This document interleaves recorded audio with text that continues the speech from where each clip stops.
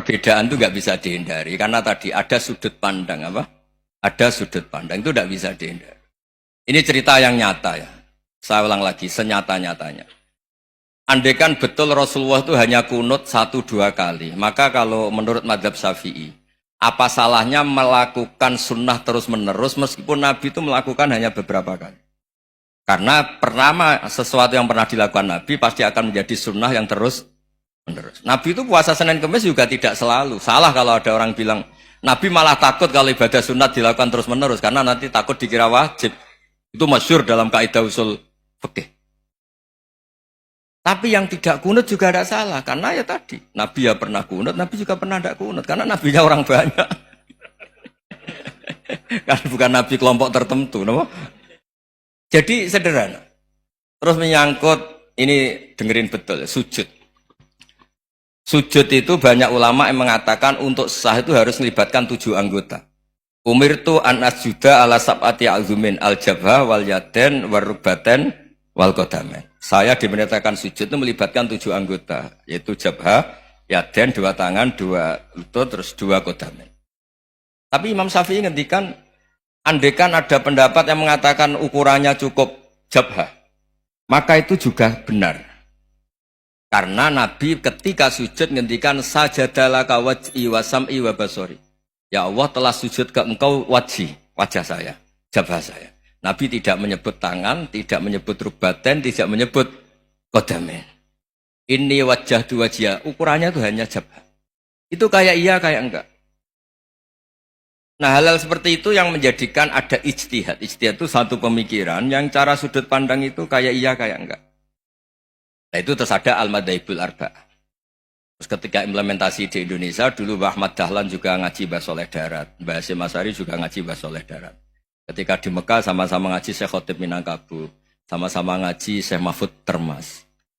Jadi ya kalau di keluarga kita itu ya biasa aja perbedaan-perbedaan itu selama masih ilmiah dianggap biasa aja. Karena memang ngelola sudut pandang itu enggak bisa ditertibkan. Nabi Yahya itu suka berkawan orang soleh. Karena berkawan orang soleh itu enak. Tapi kalau Nabi Isa suka dadani desa-desa tertinggal yang masih macam-macam. Ketika ditanya, kenapa engkau suka berkawan orang-orang gitu? Ana tabibun udawil mardo. Di mana-mana kiai itu ya nyembuhkan yang sakit. Jadi kalau dakwah yang sudah iman tuh akeh tunggali gitu. Tapi dakwah gitu kan tantangan. Itu sudut pandang. Ada nabi itu yang tertawa terus guyon terus. Yang satu murung terus.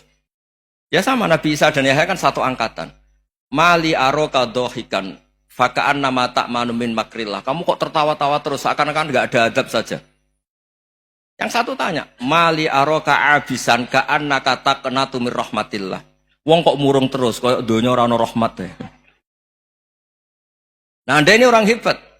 Guyu banter ya iso, nangis banter ya iso. Nah itu sudah orang kombinasi itu. Isa ya mau, ya mau, Muhammadiyah ya gelem, NU ya gelem. Ya maksudnya sudah biasa aja.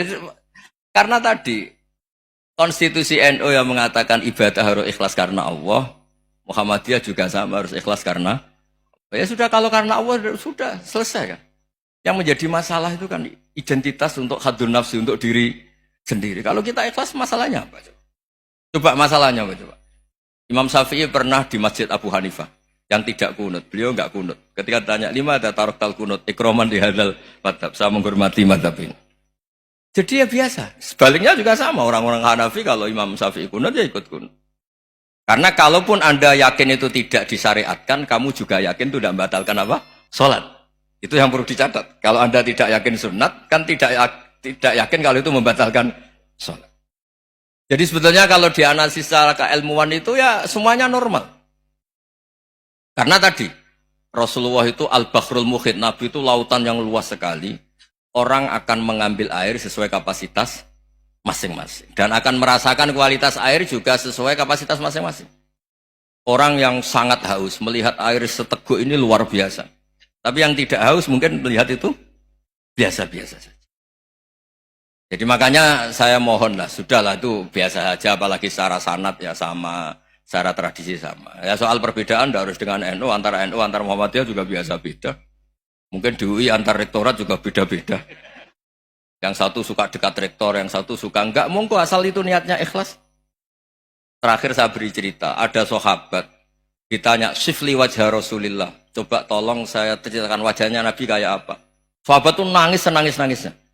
Kenapa engkau menangis? Saya itu tidak pernah melihat wajah Rasulullah SAW. Loh kenapa? Engkau kan sahabat. Sungkan.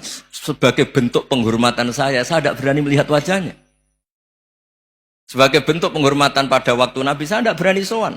Nabi di dalam punya keluarga, punya istri, punya cucu. Kalau saya sowan tuh ganggu. Ya masuk akal. Bentuk hormat itu tidak ganggu kan.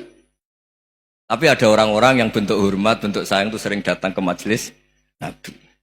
Sama-sama masuk akal. Bisa didebat gimana? Sama-sama masuk akal. Ya sudah itu ijtihad. Maksudnya itu ijtihad. Itu sudah sama-sama masuk akal. Abul Hasan Asyadili itu kalau kemana-mana pakai mobil mewah, pakai baju mewah. Ketika ditanya, Anda ini ulama kok pakaiannya mewah, mobilnya mewah. Dan uang ra kepikiran nyangoni ya.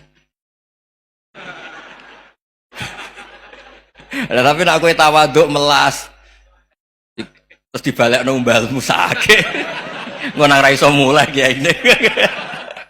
Ya tapi misalnya semua gitu mesti ada yang salah paham, itu keangkuhan. Tapi kalau semuanya kelihatan gembel, nanti orang trauma jadi kiai. Takut kayak itu. Ya sudah, itu wilayah istihad, sudah tidak usah ya, pokoknya sudah, yang penting ikhlas. Anda berani tanggung jawab nanti ketika ketemu Allah Subhanahu wa taala. Nggih, ngoten. Assalamualaikum warahmatullahi wabarakatuh.